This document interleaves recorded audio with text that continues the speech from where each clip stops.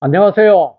역사의 탄식, 봐도 모르고의 김영훈입니다.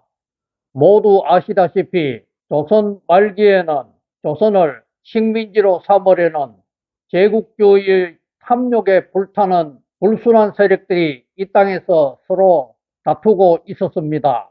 이런 와중에도 예수의 사랑을 실천하기 위하여 알지도 못하는 조선 사람을 위해서 생명을 바쳐 순수한 사랑을 보여주려고 가자 조선으로를 외치는 사람들이 있었습니다. 오늘은 후자의 사람들에 대하여 살핍니다. 조선의 개신교는 선교사가 오기 전에 먼저 한글 성경이 이 땅에 보급되며 시작되었습니다. 그런데 이 한글 성경 번역이 조선에 한 번도 온 적이 없었던 영국의 존 로스 선교사에 의해서 이루어졌으니 너무 놀랍지 않습니까? 존 로스는 청나라의 첫 번째 수도였던 심양에 동관교회를 설립하였고 만주 지역에 전도 여행을 자주 하였습니다. 그는 이때 조선과 청나라 사이를 오가는 사람들이 반드시 통과하는 국경지대인 봉황산의 보려문에서 조선 사람들을 많이 만나 조선의 말과 글을 배웠습니다. 존 로스 선교사는 11개 국어에 능통할 정도로 언어에 탁월한 재능이 있었습니다. 그래서 조선의 양반들이 언문이라고 얕잡아 보았던 한글에 대하여 전혀 무시하지 않았습니다. 오히려 이 한글의 대중성과 탁월성에 감탄하여 조선 사람들에게는 한글 성경이 꼭 필요하다고 판단하였습니다. 이렇게 생각한 그는 자기 자신이 조선에 가지는 못하더라도 조선에 한글 성경을 보급해야 되겠다는 일념으로 한글 성경 번역 작업을 하였습니다.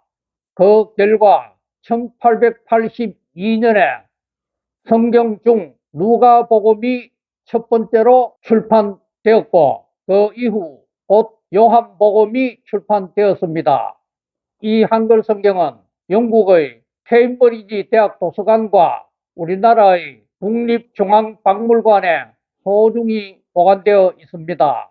그런데 이 한글 성경 번역에는 평안도 사람이 동참하였기에 이 성경에는 평안도 사투리가 많이 나옵니다. 대표적인 예로 어머니를 오마니로 표기했다고 합니다. 그리고 조선에는 총독이 없었기 때문에 조선인의 이해를 돕기 위하여 총독을 사또로 번역하여 빌라도 사또라고 표기하였습니다. 그리고 가장 중요한 유일신에 대한 호칭에 있어서 그는 많은 고민을 하였습니다.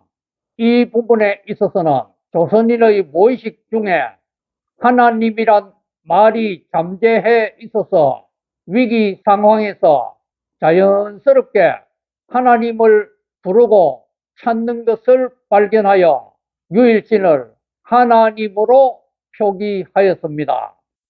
이 성경은 평안도 지방에 주로 보급이 되었습니다.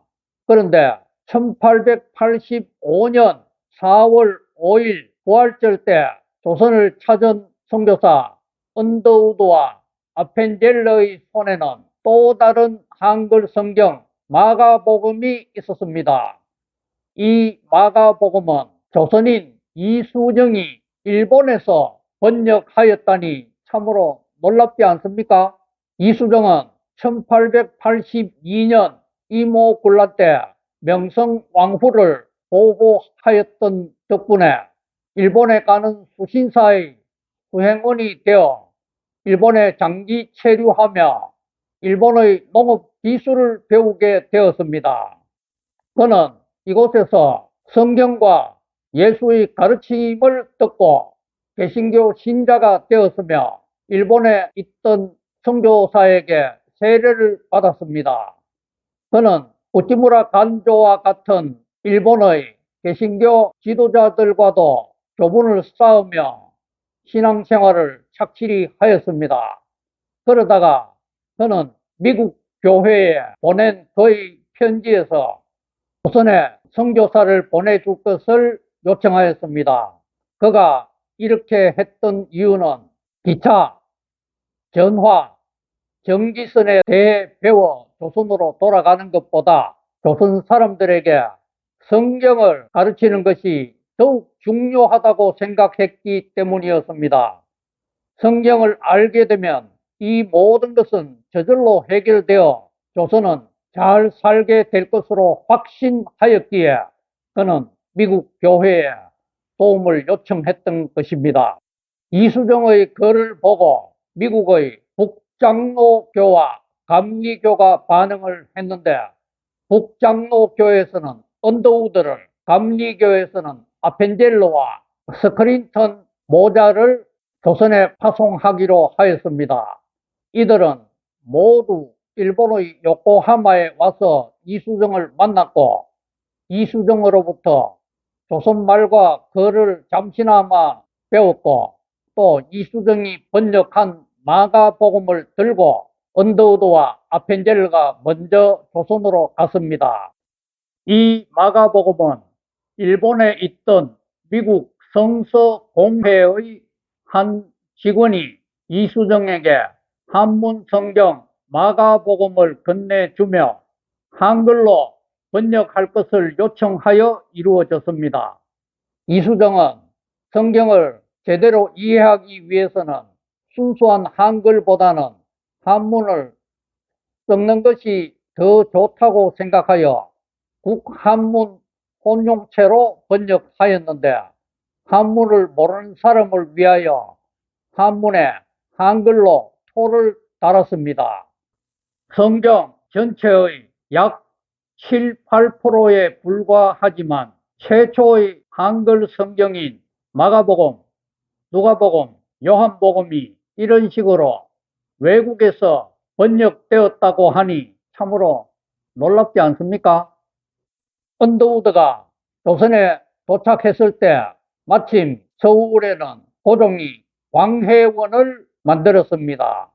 이 광해원은 최초의 서양식 병원이었습니다. 이 병원이 들어선 이유는 이렇습니다. 갑신정변이 일어난 1884년 12월에 명성왕후의 조카인 민영익이 큰 중상을 당하여 죽을 위기에 놓였습니다.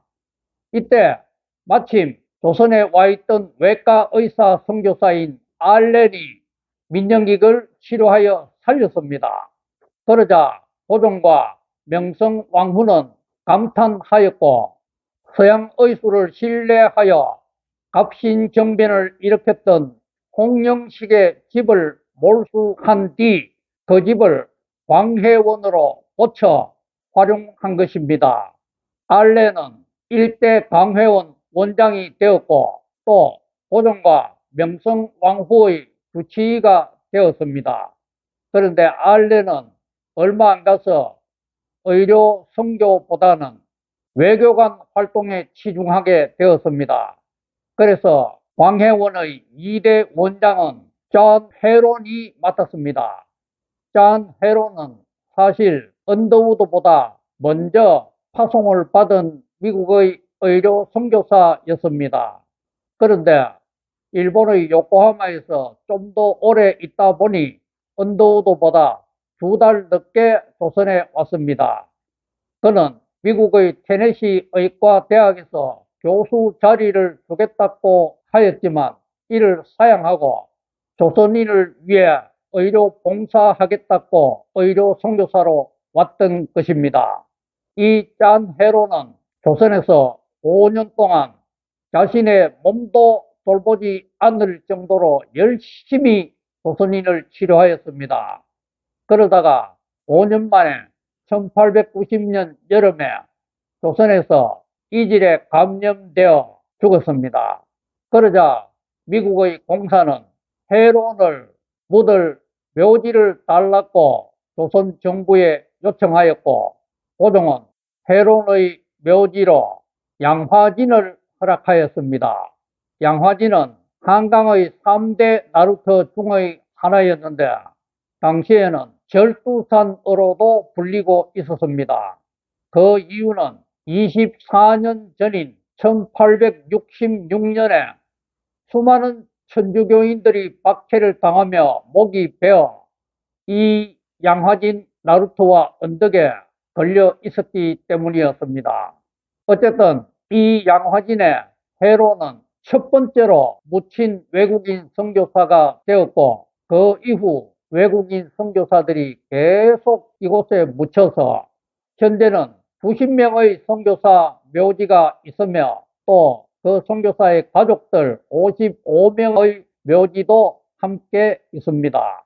앞으로 2주 동안 이 양화진에 묻힌 사람들의 참으로 애끓는 러브 스토리를 살피도록 하겠습니다. 감사합니다. 하나님 복 많이 누리세요.